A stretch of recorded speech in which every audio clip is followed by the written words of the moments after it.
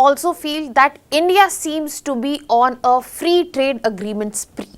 And one more pointer that has been added to this spree is of India-New Zealand FTA, which has been finally inked, and it is being called once in a generation kind of trade agreement. Why it is so, what makes this trade agreement so special, and most importantly, where does it land in overall India's foreign trade policy? Hello everyone, welcome to Vajiram and Ravi's Flash News. My name is Shubhangi Singh, and in today's session we are going to not just talk about India-New Zealand FTA but also try to map that how does India foreign trade policy looks like as of now. Now when we talk about India-New Zealand FTA, this FTA was concluded, the negotiations had been finalized and concluded in December 2025 itself, that means last year. But the reason it is back in news that it has been signed as of now. Now when we are talking about India and New Zealand signing the FTA, this has happened in India only in Bharat Mandapam, New Delhi. And this comes out as a rather fresh because the negotiation between India and New Zealand were paused for a long decade. They resumed back in March 2025 and they were concluded by the year end itself, making it one of India's fastest concluded free trade agreements. Now, this is where we clearly get to see that India is trying to restructure, position itself and also bring up a symbol that we are aggressively and also very confidently reorienting, pivoting towards our foreign trade and also foreign trade diplomacy. Now, when we look at this free trade agreement, as of now what we have in front of us, that the signing has already been done. Now, there will be a parliament review that will be done by New Zealand, which is required for ratification. Public consultation will also be an important part there, and probably in next 6 months or so, this pact will already come in force. Now, this is where you will be understanding that why it is being labeled as once in a generation type of agreement. Now, when we are talking about the labeling, now when we are talking about calling it once in a generation agreement, this has been directly said by the Prime Minister of New Zealand. So, this also shows that when we are showing the confidence, it is not just on one end of the free trade agreement party but on the other as well. And this will be more clearly understood when we look at the provisions again. Now, when we are looking at provisions, first let's start with India. India will have 100% duty-free access for more than 8,000 plus products. Initially, it will be only 70% duty-free, but gradually over the phases, the implementation of 100% duty-free access will also be given. The initial 70% would be given to handlooms, leather, handicrafts, etc. Another big trade goal which makes this free trade agreement significant, that we are planning on doubling up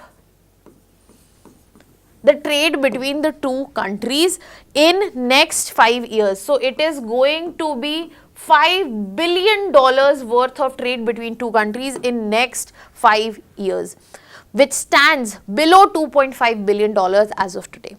Now, when we look in detail across this free trade agreement, we also get to see that this is not just about goods being addressed, but also services and investment being broadly addressed. For example, a significant investment commitment has been made from New Zealand that New Zealand will invest up to $20 billion in upcoming 15 years across the sectors such as service, manufacturing and technology. So, this trade agreement is not only enabling the trade but also the flow of investment, flow of services, because you will see that there is a clear mention that how 5,000 professionals and 1,000 work and holiday visas will be allowed annually across sectors, which includes IT, healthcare, education, post-study work for students and so much more. So, this is where you will also get a fair idea that the liberalization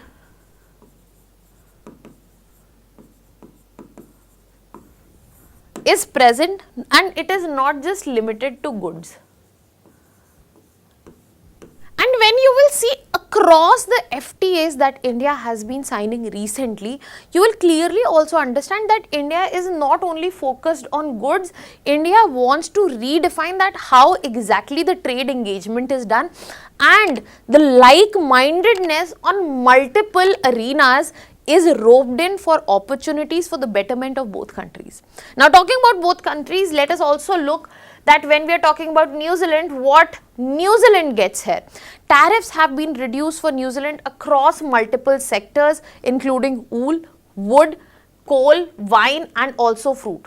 Now, can you tell me in the comment section that which particular wool from New Zealand is very famous and also expensive? When we are talking about Australia and New Zealand, particular very famous traditional wool comes from, expensive also comes from New Zealand. Which category is that? However, when we are opening up the market for New Zealand, we have again ensured that sensitive sectors remain excluded so as to ensure the protection of our own domestic industry. So yes, we are focusing on liberalization, but we are not letting go of protection as well, with limitation, with gradual understanding.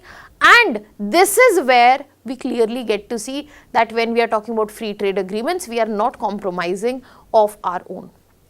Now, when we have understood this, this is where we also need to establish that how exactly FTAs are impacting India's economy. Because in recent times, India has not just signed 1, 2, but more than 5 FTAs with biggest economies, be it European Union, be it United Kingdom, be it UAE, be it Oman and New Zealand as well. Now, in this context, the whole engagement in terms of trade agreement is primarily to ensure that boost to exports is ensured, that there is boost to exports, because if we will not ensure this, then where we will get this from? Furthermore, when we are talking about the population which results into labor intensive sectors being present in our country and the low level of technology as well, how do we compete with that? And if we want labor intensive sector to gain competitiveness, they need to move towards export. Furthermore, when we are talking about services and mobility, this is what FTA brings for them. It brings access, it ensures that they would have mobility, and with that comes opportunities across the globe. So, India is not only interested in exporting goods, India is very much interested in exporting services, exporting human resources. India wants to become hub of global talent which is being serviced across the globe. Apart from that, India is also very much interested in entering the global supply chain, because addition to supply chain brings in value addition which ropes in better money.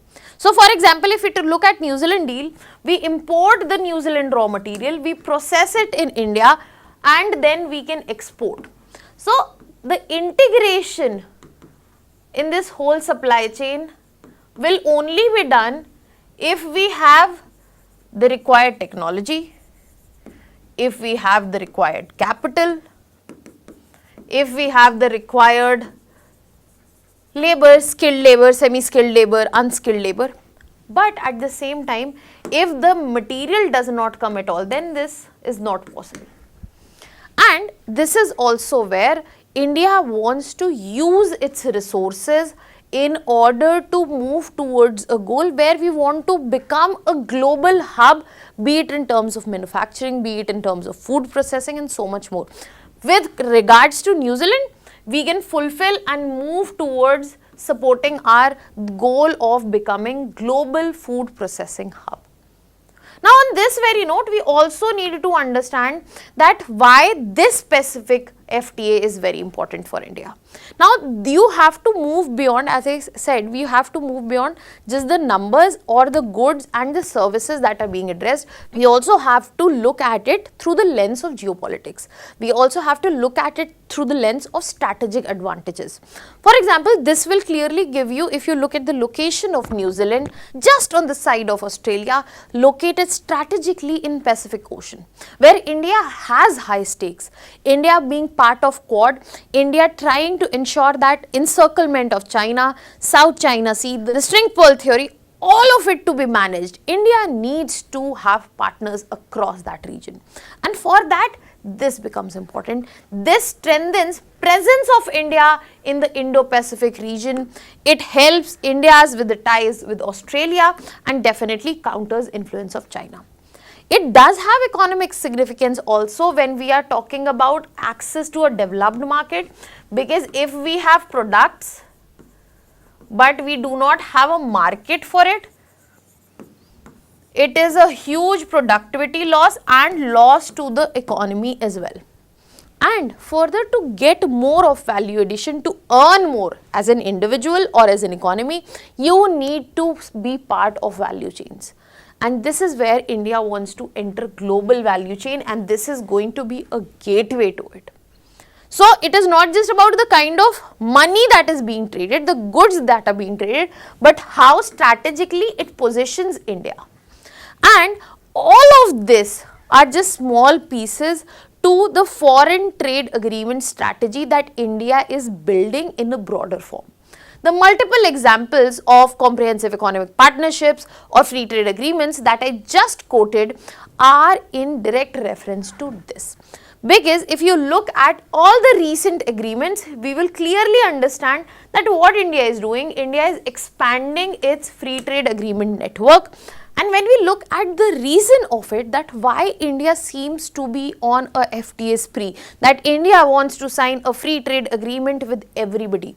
To understand this, you have to look at the further broader picture that is being played out at the globe. Look at the amount of risks. Look at how fragile the partnerships are. Everybody is becoming transactional. For example, US, such a big market for us, but one day US decided to pull off. India does not want to place all its eggs in one basket. India wants to diversify. India wants to counter China as well. India wants to grow in exports as well. But if we want to grow in exports, we need market where we can export to, and we need dependent markets. So one day it happens and other day it changes. This scenario is not there. That can be ensured with these free trade agreements itself. We'll be talking about the reasons in detail, but when we are looking at that, who benefits from these FTAs, we clearly see farmers who get access to developed markets, export of organic agro products, the much needed, the primary creator of our economy gets benefited. Then we have MSMEs, especially which are women led, handicrafts, textiles, leather, they all gain competitiveness, they all get better rewards. Then if you look at services and talent, IT professionals, students, Ayush practitioners, all of them get exposure, all of them get opportunities. And then how can we forget that this is the time of digital economy? We need technology, we need AI, fintech, digital services, and exports and imports are driven around it. And to add to this whole bucket that we are discussing, that who will be benefited, why are we forgetting investment? Free trade agreements are foreign direct investment magnets. You can use that line in your answers, and this is where India wants to ensure that the benefit is passed to all. And when we are looking at reasons, we also understand that when India has opted out of regional comprehensive economic partnership, India does not want to target big groups. India is happy with targeted bilateralism. India is focused on getting the maximum out for themselves, and this expanding FTA network is an example to just that. What are your thoughts on this? Let me know in the comment section. That was all from my side. I'll be leaving you here with a prelims practice question. Let me know the answer in the comment section. That was all from my side. Thank you so much.